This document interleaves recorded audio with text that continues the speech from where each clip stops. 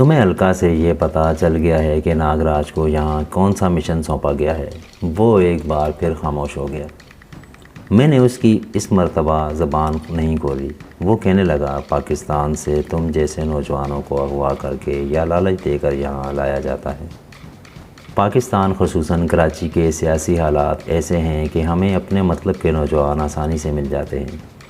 یہاں انہیں ہر قسم کی سہولت دی جاتی ہے، شراب، عورتیں، ہر چیز فراہم کی جاتی ہے، لیکن اس کے ساتھ ہی ان کی برین واشنگ کر کے ان کے ذہنوں میں پاکستان کے خلاف اس قدر نفرت بھر دی جاتی ہے کہ پاکستان کا نام سنتے ہی ان کی آنکھوں سے چنگاریاں پھوٹنے لگتی ہیں۔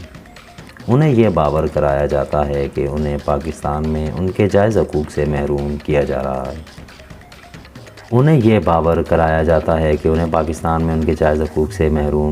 رہا ہے۔ ان کے ساتھ زیادتیاں کی جاتی ہیں۔ انہیں نچلے درجے کا شہری سمجھا جاتا ہے۔ انہیں مختلف لوگوں کے ساتھ ہونے والی زیادتیوں کی ایسی ویڈیو فلمیں بھی دکھائی جاتی ہیں جنہیں دیکھ کر خون کھول اٹھتا ہے۔ ہر طرح سے ان کے دلوں میں نفرت بھر دی جاتی ہے۔ انہیں دہشت گردی اور تخریب کاری کی تربیت دے کر انسانی بم بنا دیا جاتا ہے، اور جب انہیں واپس بھیجا جاتا ہے تو وہ اپنے ہی شہریوں کے لیے موت کے فرشتے بن جاتے ہیں۔ وہ اپنے آپ کو فریڈم فائٹر سمجھ کر لڑتے ہیں۔ وہ سمجھتے ہیں کہ ان کی یہ کارروائیاں حکومت کو گھٹنے ٹیکنے پر مجبور کر دیں گی یا ان کی قربانیاں دوسروں کے لیے راستہ کھول دیں گی۔ میں یہ سب کچھ تمہیں اس لیے بتا رہا تھا کہ مجھے تم سے یا تمہارے ملک سے ہمدردی ہے۔ میں نے تمہیں یہ بتانا چاہتا ہوں کہ یہاں اگر تم ناگراج کے خلاف ہماری مدد کرو گے تو ہم بھی تم سے تعاون کریں گے۔ تمہیں کچھ ایسے ٹھوس ثبوت دے دیے جائیں گے جنہیں تمہاری حکومت ہماری سرکار کے خلاف استعمال کر سکتی ہے۔ ان ثبوتوں کو بین الاقوامی عدالت میں بھی استعمال کیا جا سکتا ہے۔ اس سے ہماری سرکار کو کچھ ہزیمت ضرور ہوگی، مگر ہمارا مقصد پورا ہو جائے گا۔ ساری بات ناگراج پر آئے گی اور اس کا راج ختم ہو جائے گا۔ حیرت ہے، میں نے پہلی بار زبان کھولی۔ یہ باتیں تم اپنے ہی ملک کے خلاف کر رہے ہو۔ یہ سیاست ہے میرے دوست۔ دریودن مسکرایا۔ سیاست بہت گندی چیز ہے۔ اپنے ذاتی مقاصد کے لیے سیاستدان، حکمران تو ہزاروں بے گناہوں کو کٹوا دیتے ہیں۔ ان کے اقتدار کی کرسی بچنی چاہیے تو کبھی چین اور کبھی پاکستان سے جنگ چھیڑ دیتے ہیں۔ ہزاروں لوگ مارے جاتے ہیں مگر انہیں کسی کی پرواہ نہیں ہوتی۔ سازش کا عنصر تو ہندوستان کی مٹی میں شامل ہے۔ یہاں تو دھرم بھی سازشوں سے نہیں۔ ہم اپنے ملک کے خلاف کوئی سازش نہیں کر رہے، غداری نہیں کر رہے، اپنا انتقام لینا چاہتے ہیں۔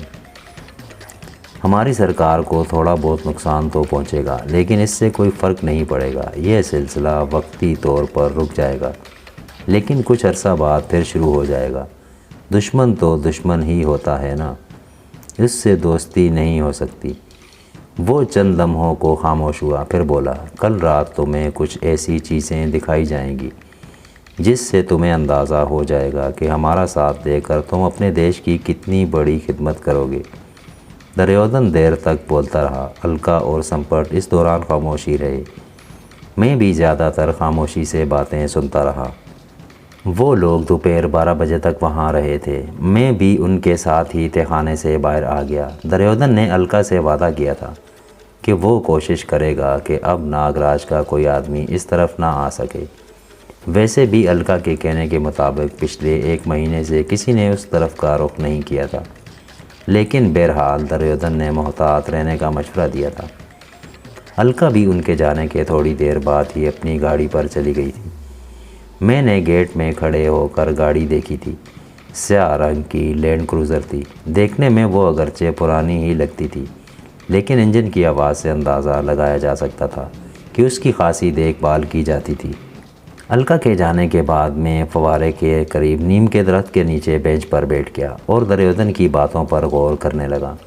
اسی دوران رادھا چائے بنا کر لے آئی۔ اس نے کپ میرے قریب بینچ پر رکھ دیا اور خود سامنے دوسری بینچ پر بیٹھ گئی۔ میں نے 1-2 مرتبہ اس کی طرف دیکھا۔ اس کی نظروں میں کوئی ایسی بات تھی جو مجھے بے چین کر رہی تھی۔ کچھ دیر بعد وہ اٹھ کر مندر کی طرف چلی گئی۔ دریودن کی باتوں نے میرے ذہن کو الجھا دیا تھا۔ اس سے پہلے میں نے پنڈت بیرو سنگھ کی باتیں بھی سنی تھیں اور چھمیا کی بھی۔ وہ سب ناگراج سے کسی نہ کسی بات کا بدلہ لینا چاہتے تھے۔ پنڈت بیرو کو اس بات کا خوف تھا کہ ناگراج اس کے مندر پر بھی قبضہ کر لے گا اور وہ زندگی کی تمام عیاشیوں سے محروم ہو جائے گا، بلکہ ہو سکتا ہے اسے زندگی سے ہی محروم کر دیا جائے۔ الکا اپنے شوہر کا بدلہ لینا چاہتی تھی۔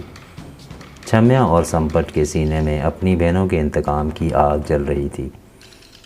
وہ سب ناگراج سے انتقام لینا چاہتے تھے اور ان سب نے اس نیک کام کے لیے میرا انتخاب کیا تھا۔ دریودن اور الکا نے مجھے اکسانے کے لیے ایک ایسا راستہ دکھایا تھا جس پر چلنے سے میں انکار نہیں کر سکتا تھا۔ یہ مٹی کی محبت بھی بڑی عجیب ہوتی ہے۔ جب میں پاکستان میں تھا تو صرف اتنا جانتا تھا کہ پاکستان کا شہری ہوں، لیکن اس مٹی کی محبت میں نے کوئی قابل فخر کام نہیں کیا تھا، البتہ جرائم کی راہ اپنا کر اس کے مسائل میں کچھ اضافہ ضرور کر دیا تھا۔ اور اب محب میں وطن سے دور دشمنوں کے گرا ہوا تھا، تو اس وطن کی محبت میرے سینے میں طوفان بن کر اٹھ رہی تھی، اور میں نے بھی طے کر لیا تھا کہ کچھ نہ کچھ کر کے ہی یہاں سے جاؤں گا۔ دفعتاً میرے ذہن میں ایک اور خیال ابھرا۔ تاریخ شاہد ہے کہ ہندو بنیا کبھی بھی کسی کا وفادار نہیں رہا، اور دریودن نے بھی یہ اعتراف کیا تھا کہ سازش اور غداری اس قوم کی فطرت میں شامل تھی۔ ان کا دھرم بھی ان چیزوں سے محفوظ نہیں رہا تھا، اور اس نے غلط نہیں کہا تھا۔ کچھ مثالیں تو میرے سامنے تھیں۔ ناگراج نے پروہت کو قتل کر کے آدی ناتھ مندر پر قبضہ کر لیا تھا۔ پنڈت بیرو سنگھ اپنی گدی بچانے کے لیے ناگراج کو قتل کرنا چاہتا تھا، اور الکا اور دریودن وغیرہ تو قتل کا بدلہ لینا چاہتے تھے، اور اس لیے انہوں نے مجھے استعمال کرنے کا منصوبہ بنایا تھا۔ اس کی وجہ بھی میری سمجھ میں آ گئی تھی۔ وہ چاہتے تھے اپنے کسی آدمی سے بھی کام لے سکتے تھے، لیکن اس طرح خود دان پر زور پڑتی، جبکہ میرے فرار کے بعد وہ کہہ سکتے تھے کہ پاکستانی جاسوس ناگراج کو قتل کر کے اہم راز لے کر فرار ہو گیا۔ اس طرح بات ان پر نہیں، پاکستان پر آتی۔ جہاں تک میری سوچ کا تعلق تھا تو میرے خیال میں اس کا فائدہ پاکستان ہی کو پہنچتا تھا۔ اگر میں ناگراج کو قتل کر کے یا اس کے مشن کو کسی اور طریقے سے نقصان پہنچا سکتا تھا تو پاکستان میں ہونے والی دہشت گردی اور تخریب کاری کی وارداتوں کا سلسلہ ختم نہ ہوتا، تو ان میں وقتی طور پر کمی آ سکتی تھی۔ اے بابو، رادھا کی آواز سن کر میرے خیالات منتشر ہو گئے۔ وہ میرے سامنے کھڑی کہہ رہی تھی، بھوجن کرت ہو یا نہیں؟ او بھوجن، میں نے اس کی طرف دیکھ کر کہا، ہاں ہاں کیوں نہیں، بھوک تو لگ رہی ہے۔ تھوڑی ہی دیر بعد میں الکا والے کمرے میں موجود تھا۔ رادھا نے فرش پر ہی دری بچھا دی تھی، اور میرے بیٹھتے ہی اس نے تھال میرے سامنے رکھ دیا۔ میں کھانا کھاتا رہا اور وہ میرے سامنے بیٹھی مجھے دیکھتی رہی۔ الکا شام کے قریب واپس آئی تھی۔ اس وقت وہ گاڑی آشرم کے گیٹ کے اندر ہی لے آئی تھی۔ اس نے کینوس کا ایک بیگ گاڑی سے نکال کر اپنی الماری میں رکھ دیا۔ رات 12 بجے تک تو میں اس کے کمرے میں ہی بیٹھا باتیں کرتا رہا، اور پھر سونے کے لیے تہخانے والے کمرے میں آ گیا۔ دریودن نے اگرچہ وعدہ کیا تھا کہ ناگراج کے آدمیوں کو اس طرف نہیں آنے دے گا، مگر احتیاط کا دامن بھی ہاتھ سے نہیں چھوڑا جا سکتا تھا، اس لیے میں نے رات تہخانے میں ہی گزارنے کا فیصلہ کیا تھا۔ رات کو کسی وقت سوتے میں سینے پر بوجھ محسوس کر کے میری آنکھ کھل گئی، لیکن میں پھر پرسکون ہو کر صبح دیر تک سوتا رہا۔ اس رات کھانا کھانے کے بعد تقریباً 10 بجے کے قریب الکا ایک بار پھر میرے ساتھ تہخانے میں موجود تھی، لیکن اس وقت اس کی آمد کا مقصد کچھ اور تھا۔ اس کے ہاتھ میں کینوس کا وہی بیگ تھا جسے ایک روز پہلے میں نے اسے گاڑی سے اتارتے ہوئے دیکھا تھا۔ وہ بیگ بیڈ پر رکھ کر اس کی زپ کھول رہی تھی۔ بیگ سے برآمد ہونے والی چیزیں دیکھ کر میں حیران ہو رہا تھا۔ پولیس کی یونیفارم، کیپ، ہولسٹر ریوالور کے علاوہ کچھ اور چیزیں بھی تھیں۔ یہ وردی پہن لو، ہم 1 گھنٹے بعد یہاں سے روانہ ہوں گے، الکا نے میری طرف دیکھتے ہوئے کہا۔ میں الجھی ہوئی نظروں سے اس کی طرف دیکھنے لگا۔ وہ مجھے کہاں لے جانا چاہتی تھی، جس کے لیے پولیس کی وردی پہننا ضروری تھی؟ یہ میرے پتی کی یونیفارم ہے، الکا نے میری الجھن کو سمجھتے ہوئے کہا۔ جس جگہ ہم جا رہے ہیں تمہارے لیے یہ وردی پہننا بہت ضروری ہے، اس کے بغیر اس علاقے میں قدم بھی نہیں رکھ سکو گے۔ میں چند لمحے اس کی طرف دیکھتا رہا، پھر یونیفارم اٹھا کر باتھ روم میں گھس گیا۔ اس کا شوہر شیام لال غالباً میرے ہی قد و قامت کا مالک تھا، کیونکہ یہ وردی مجھے اس طرح فٹ آ گئی تھی جیسے میرے لیے ہی سلوائی گئی ہو۔ ہولسٹر میں لگے ہوئے بیج انسپیکٹر ظاہر کر رہے تھے۔ میں ہمیشہ پولیس کی وردی کو دور سے ہی دیکھ کر بھاگتا رہا تھا، اور اب خود یہ وردی پہن لی تھی۔ میرے سر کے بال خاصے لمبے تھے جنہیں میں نے کیپ میں چھپا لیا، اور جب میں باہر نکلا تو مجھے دیکھ کر الکا کی آنکھوں میں عجیب سی چمک ابھر آئی۔ کیا دیکھ رہی ہو؟ میں نے پوچھا۔ تمہیں اس وردی میں دیکھ کر مجھے اپنا پتی یاد آ رہا ہے، وہ بھی تمہاری طرح بہت اسمارٹ تھا، الکا نے مجھے نیچے سے اوپر تک دیکھتے ہوئے کہا۔ وردی دیکھ کر پتی یاد آ رہا ہے؟ میں نے شوق نظروں سے اس کی طرف دیکھا۔ میں نے ہولسٹر بیلٹ اٹھا کر کمر سے باندھ دیا اور ریوالور کھول کر چیک کرنے لگا۔ 3.8 کے اس ریوالور کا چیمبر گولیوں سے بھرا ہوا تھا۔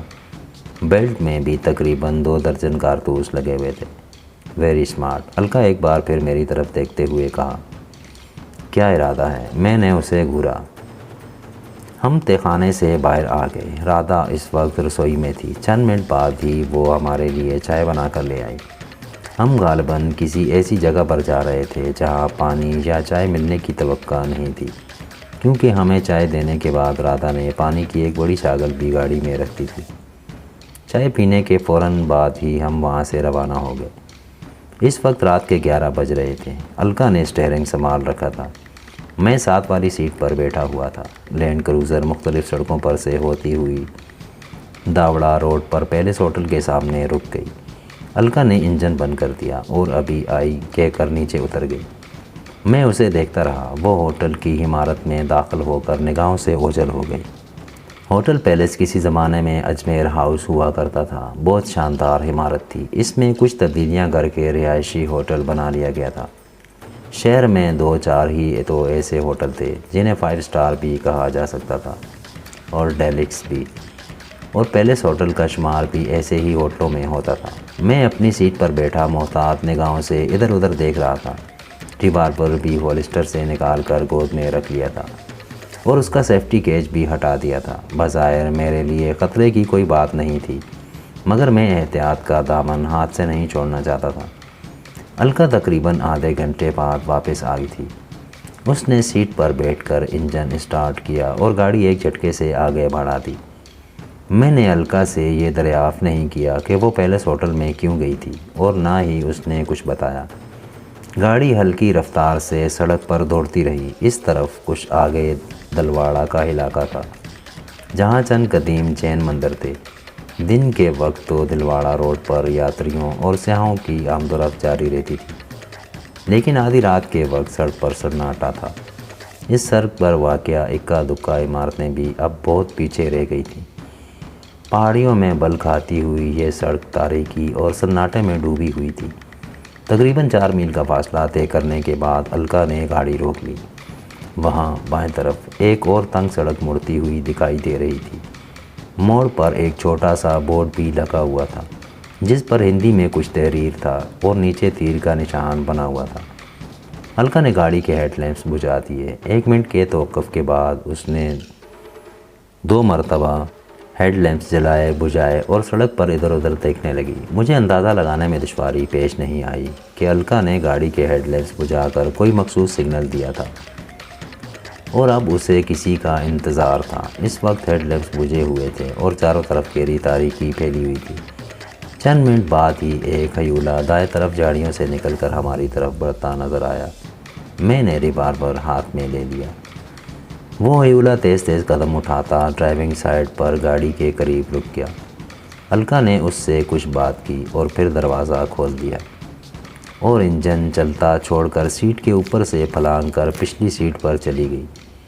وہ شخص ڈرائیونگ سیٹ پر بیٹھ گیا اور اسٹیئرنگ سنبھال کر گاڑی ایک جھٹکے سے آگے بڑھا دی۔ میرا ذہن بری طرح الجھا ہوا تھا۔ ذہن میں یہ شبہات بھی سر ابھار رہے تھے کہ میرے ساتھ دھوکہ تو نہیں کیا جا رہا، لیکن پھر اس خیال کو ذہن سے جھٹک دیا۔ میں تو اب تک مکمل طور پر انہی کے رحم و کرم پر تھا، وہ جب چاہتے میرا خاتمہ کر سکتے تھے۔ تقریباً نصف میل آگے جانے کے بعد گاڑی دائیں طرف پہاڑیوں میں ایک تنگ راستے پر مڑ گئی۔ پہاڑیوں میں ان پتھریلے راستوں پر کئی موڑ گھومنے کے بعد گاڑی ایک ویران اور کھنڈر عمارت کے سامنے رک گئی۔ یہ غالباً کوئی مندر تھا جو ایک اونچے چبوترے پر بنا ہوا تھا۔ اس شخص نے انجن بند کر دیا اور ہم تینوں نیچے اتر آئے۔ الکا نے پچھلی سیٹ پر رکھا ہوا ایک بیگ بھی اٹھا لیا تھا۔